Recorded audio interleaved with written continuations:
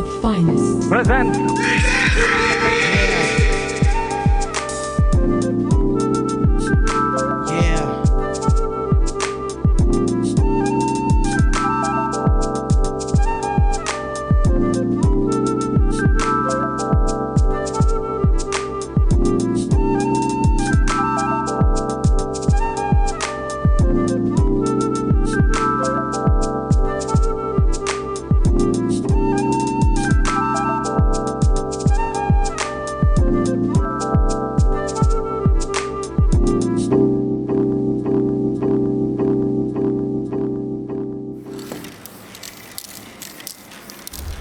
We're here at 5 Pointz, Long Island City.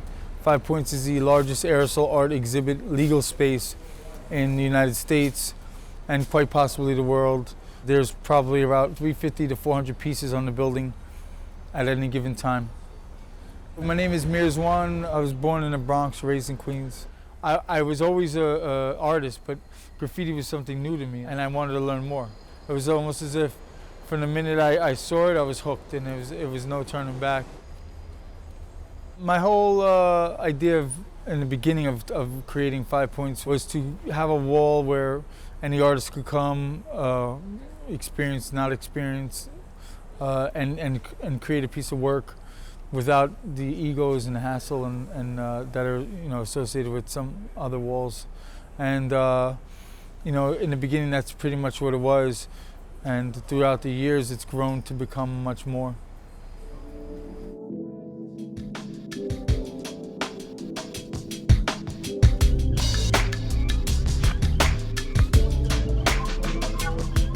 I was in the Bronx in my car driving, listening to 1010. I heard on the radio that, graffiti building staircase collapsed. The staircase in the building, in the loading dock, had collapsed with a girl on it. And we thought at that point this place was going to close. If somebody was really to get seriously injured in this place again, they would shut us down.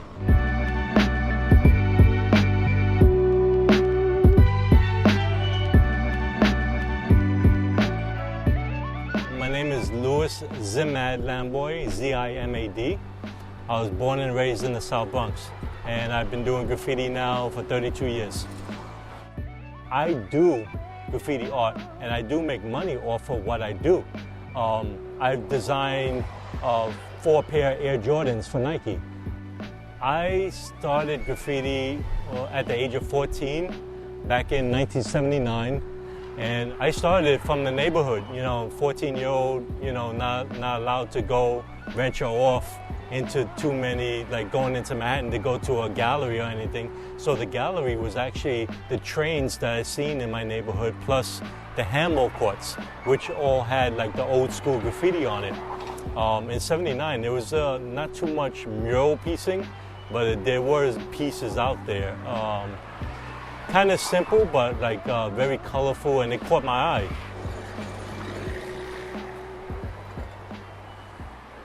Childhood was kind of rough. I grew up in the South Bronx when pretty much every other building was abandoned. There was a lot of junkyards. There was a lot of packs of stray dogs running down the street. There was gangs. And look out the window and you see these 2 gangs coming in, rumble, and then break out. And it all happens within 5 minutes. And then you see like the stragglers are being carried off by their gang members, and it's over. And then you go back outside and play. It was like, that was a normal thing in my neighborhood.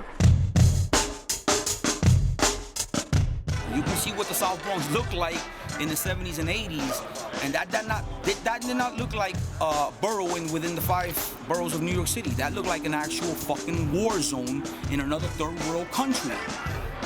But here it was in your city, and nobody paid attention to it. So what do you think the children were gonna do? So you think hip-hop and graffiti really kind of came out of this? Yeah, it came out of an anger. It came out of you had to express what the hell you were going through. I love bombing. There's something about seeing my name all over New York City, so when you talk about graffiti, all you're really talking about is someone saying, I was here.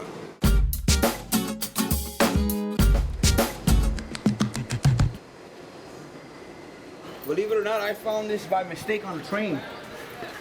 I was on that line one day. I got sent here just to see a shrink. See my hat, it says Phoenix House. I graduated from Phoenix House. I did 40 months inside Real TC Therapeutic Community Court. This is early graffiti. That's why people have called this book the Bible. What year is this stuff from? Early 70s. Look how clean the train is. I found a place that reminded me exactly of the trains. Because when I come here and bomb, you know, I do my work, and as I'm piecing, I also hear the trains rolling behind me. So I get the euphoria and the feeling of being in the yard. I hear trains passing in the yard. This is what your trains used to look like.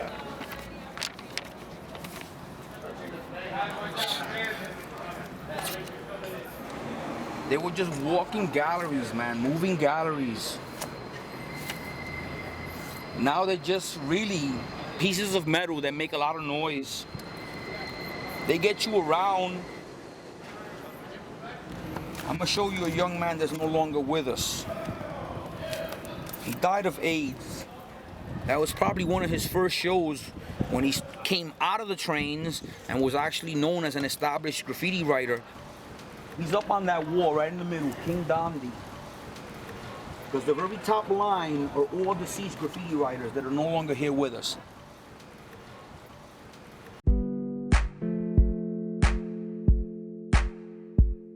I met Mears in 91. There was a program called Magic. It was More American Graffiti in Control. And it was a program that took inner city kids and showed them that it's better to create than to vandalize. He was in the program as well as me.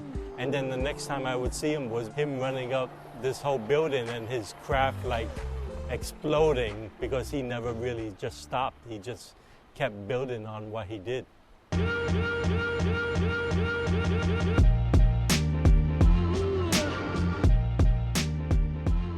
Mears is like my brother. I consider him my brother. We've painted many serious productions together. Our styles are so different, but when they're together, it just, the chemistry is right. My name is Marie-Cécile Flagel. I came the first time to the United States when I was 15, and my parents didn't want to start with a big city. Didn't want me to go to San Francisco, Chicago, New York. So they sent me to Arkansas, don't laugh. And I lived in Stuttgart, Arkansas, where you've never been. Capital of rice and duck, 7,000 people. And my second summer, I came to New York City. I was allowed, and I fell in love. I fell in love with garbage, the rats. I lived Lower East Side and East Village, Alphabet City. So, like, are you yourself a graffiti artist? No, I'm not. So, like, how did you get involved with 5 Points? In Paris, I followed a lot of the street art, not as much graffiti, and then I met Mir Swan in 2005, and Hush Tour in the house. And I met Mears in 2005. We worked on a project for a French corporation, and then from then on, I started coming to 5 Points a lot. And since I have a background in PR and communication, he asked me to come on board and help out. I do handle a lot of the press and the PR, and also one of the things I do is I try to build a bridge between the corporate world and the hip-hop world.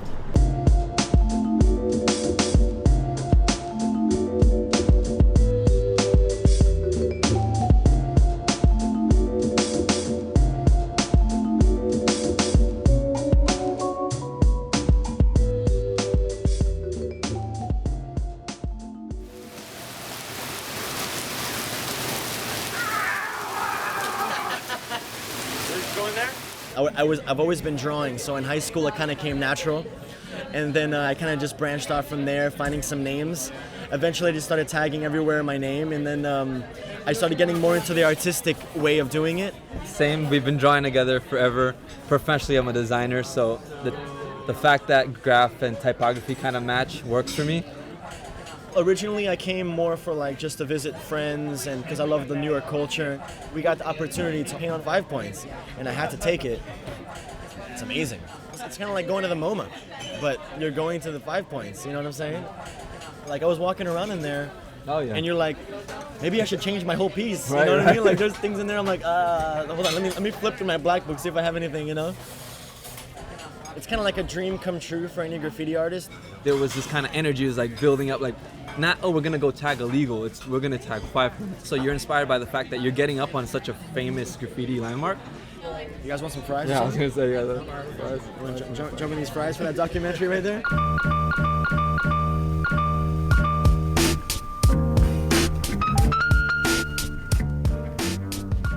Back in the day, there was no legal spot to paint. I would do the trains, I would do handball courts. I was a bomber, a tagger, a graffiti writer. In the beginning, there was nothing artistic about what I was doing. I was out there for fame, I was getting up. I was getting the street rep. It was like, do what you gotta do and get the hell out before somebody comes.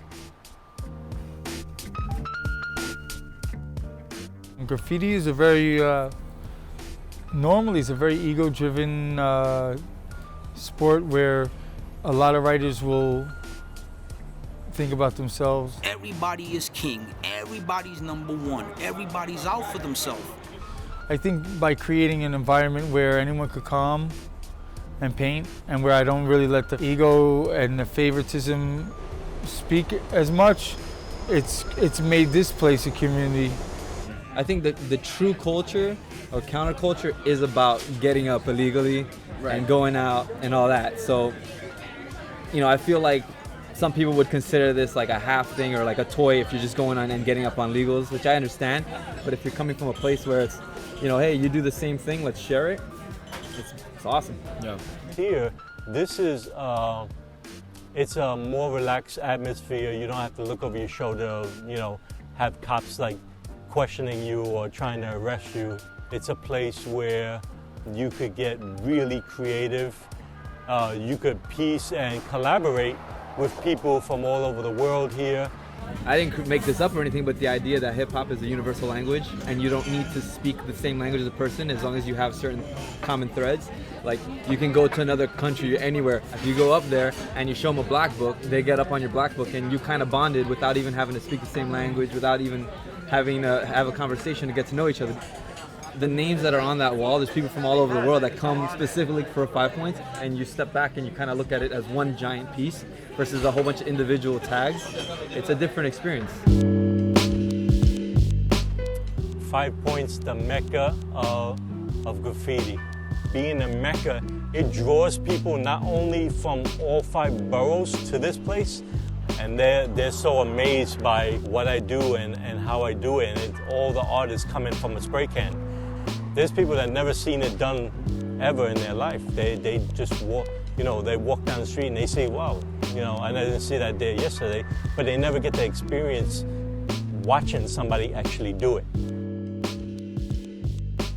You know, tourists that come here that, you know, may have seen graffiti, but how many times can people say, I've witnessed graffiti getting created and spoken with these artists and kind of got their story? And I think a lot of people, because they don't understand the art form, because they can't read it, don't necessarily get it, and don't. A lot of times when people don't understand something, they automatically tend to not like something.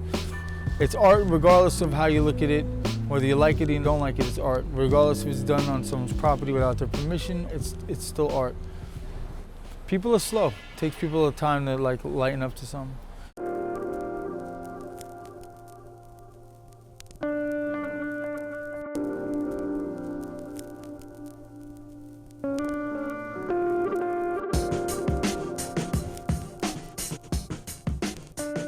We always knew it was a possibility, but we officially found out about the concrete plans of the landlord in March 2010 when the article came out in the Post, where he made a statement that he was bringing the building down and doing condos.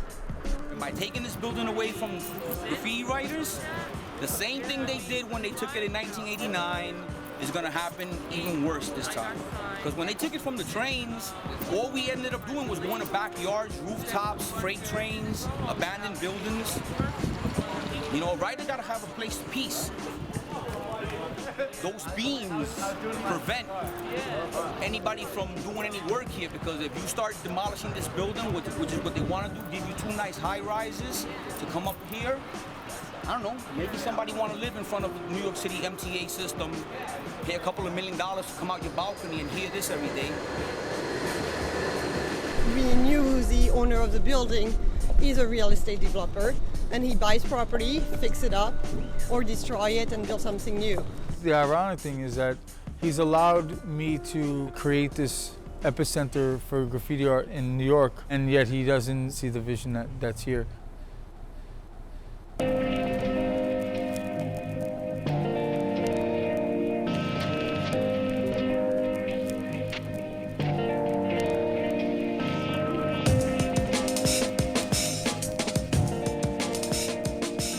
If Mirrors One was not at 5 Points every day for the past 9 years, Mirrors One's career as far as gallery and commission work would be 10 times bigger.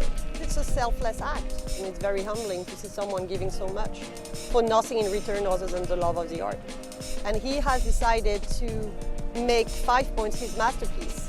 It's not a building covered with graffiti. It's just like, it's beautiful artwork. It really is.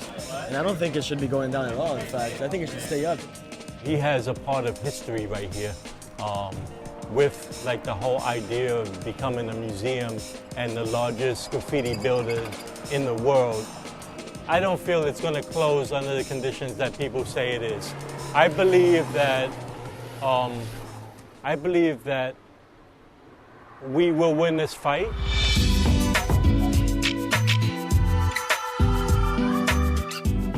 There's nothing like it, at least in nothing like it that I know of in Miami, New York, so it's unique in what it represents. So it leaving takes away a part of the, I don't want to say it takes away a part of the culture, but it means something for graffiti artists. It's not just a place to get up. There's an emotional, story behind a lot of stuff that happens there. So, Exactly. Taking that away is more than just taking out a free wall to paint on, I say some of my most memorable experiences have become not through the art itself, but through maybe the way the art affects people in their life situations, some of the friendships that were created through 5 Points. And, next year's our 10th anniversary, and at this point, 5 Points looks better than ever.